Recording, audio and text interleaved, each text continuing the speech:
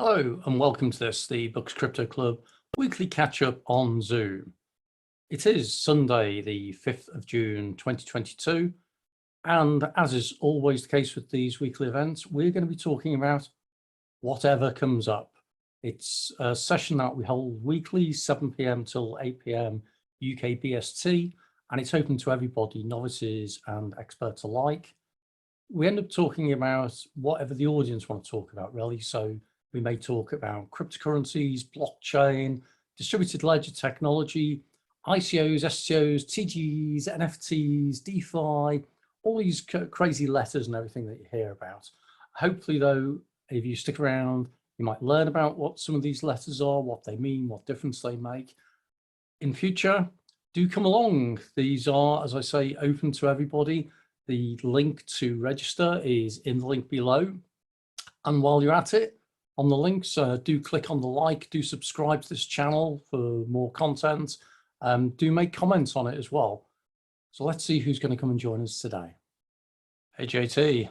Hey. I like the logo.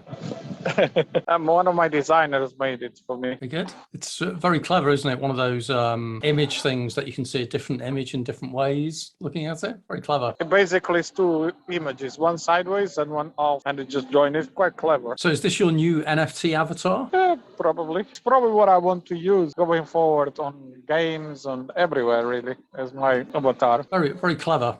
Very nice. So what's new on the crypto front? Anything happening? You saw the Bored Apes hack. Yeah. You know, I think that was the latest one. You know, people won't learn, Gary. They just don't learn. You know. Yeah, that just further strengthens the case for people to develop more robust platforms that are secure. Yeah, it's not just only that. Apparently, it was a fish attack on one of the guys. You know, sorry, fish attack. A phishing attack. Yeah. Okay. On one of the guys. So of course, you know, once it looks like it, you know, once they breach, you know, they capture whatever logins the guy had to the Discord server and, you know, all the access they had to the Bored Ape. Okay. So it looks like it was quite a simple one. It's just people don't learn, you know. Yeah. It's clicking links and stuff like that. I don't get it. Well, the problem is it's sometimes the really simple things like that you know, people are so susceptible to. But yeah, I mean, they did it through Instagram, didn't they, or something? Is that right? I didn't look much, but it looks like it was just a phishing attack, you know. And then, of course, once they got access to the guy's passwords and so on, in fact, there you go. Phishing link sent from the project's official Instagram account. Transferred NFTs to hackers' wallet. Just taking a look at what they've written on The Verge at the moment. It looks like they targeted one of the admins of the Discord server, you know. Okay. And it was a phishing attack on that guy. And then once they got control of the Discord server, because they got his password for Discord server, it looks like they posted the links. Yeah. Okay. And then, of course, people with Bored Apes follow those links, and that's it. They got hacked. That's what it looks like at the moment, you know. Being really honest, I really didn't dive into it. I just read the headlines this morning, and then I read the first few paragraphs, and then I didn't dig it more because it was Sunday. I was just enjoying, you know. Okay. So yeah, I just pulled it up there. It says Discord server hack. Yes. So a compromise on the Discord server. Yep. These things happen. Not great. We'll see what happens there then. Yeah. And again, it goes back to people not being careful. I mean, even following links on Discord servers, it's a no-go, you know. You should always be very, very careful on every link that you click, on every PDF or Word document that somebody sends you on WhatsApp. Yep. You know, today I learned more about a new exploit for Windows. Okay. I thought it was quite a simple one until someone told me, no, it's not. Basically, anyone that sends a link for you and you download, and you click on the link to download a Word document or a rich text document or whatever, the attacker just drops as part of that document a script and that script executes on the Windows machine, and they take control of your machine. And I was like, wow, it's a 0 day. So at the moment, you know, No, there's probably a lot of people being exploited, but it's just the typical thing. Somebody follows a link, you know? Yep. How many times we said, and many people say, don't click on links, don't click on documents, you know? If you don't know Agreed. the person. But I thought that there used to always be a thing with like Windows with Microsoft Word and the Microsoft Stack, where they would have scripts embedded in them, which is why you should never open them directly from the link, because it would run a script, either an Excel macro or VBS script or whatever. So I thought that was a known kind of route. Is this doing something slightly differently there? Yeah, you know, it's yeah, people never learn, you know, those Yep. things. And unfortunately, it's going to continue. It's about educating people, but I don't think people understand. And the thing is, with Bored Apes, Gary, and with all of those that are in fashion, you see all of those celebrities, all of those people. They do not know much about crypto or IT or security or whatever. They are very soft targets, very, very soft targets, you know. So you're going to see more and more.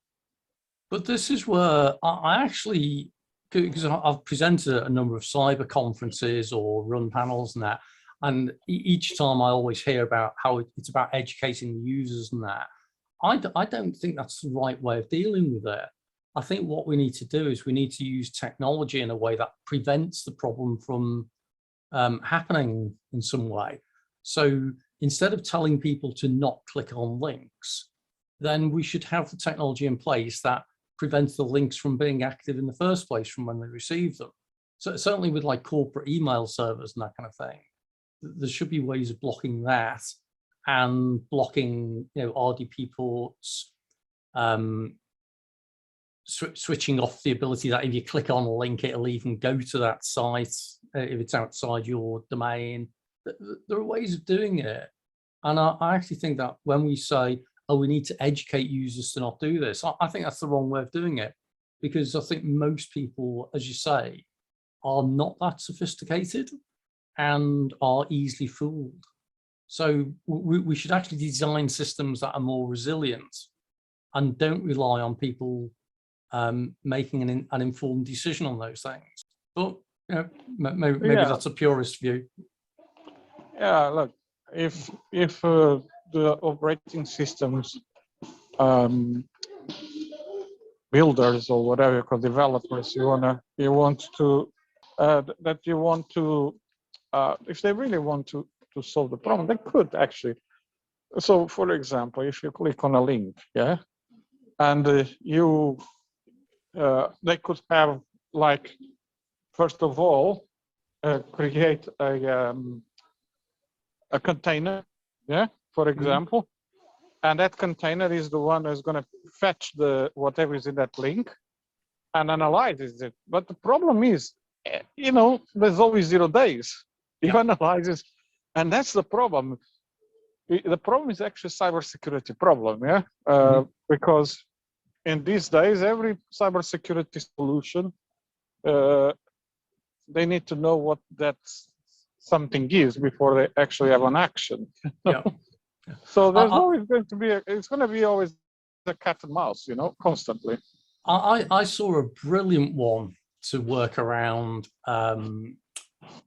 URLs, malicious URLs and phishing and that kind of thing. This was fantastic. It was two mobile phones that were actually twisted around and facing each other. One with the camera on the screen of the other one. And it was kind of quite fascinating that what it allowed you to do was to click on the link. The link would be on this mobile phone, and this mobile phone would see the results of you clicking on the link, which meant that this mobile phone was not affected, even if this one was hacked in some way. And I found that really interesting concept.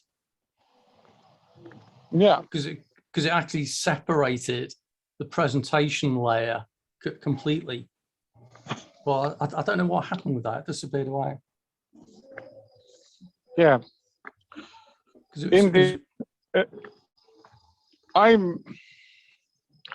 It's very hard, Gary, you know, really, really. I looked at this, trying to solve this problem before with my previous startup, find a way, but even that, you know, there was a lot of small little things you'd have to account for, and it would work, but it just means a lot of change across organizations.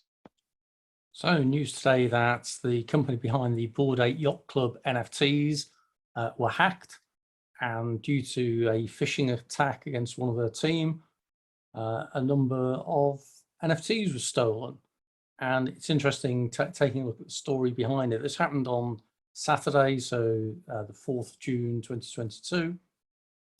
And the article goes on to say how it was that the attacker did a compromise on a Discord server, one of the project's community managers, which meant that they managed to get control of his account, which then meant that a message was sent out to people in the community saying, hey, we're doing this great kind of like an airdrop, really, an exclusive giveaway. What they did was they embedded within it a fake URL that allowed them to steal various things. So as the saying goes, never click on any of these links. Standard phishing attack, go against someone who's part of the community or part of the team, compromise the account, send something out with a fake URL, and away you go. Yeah, I've been warning people for a long time, you know, never click on links, even from the community or the project, Discord server or Telegram channel, doesn't matter. They could be hacked as well, you know?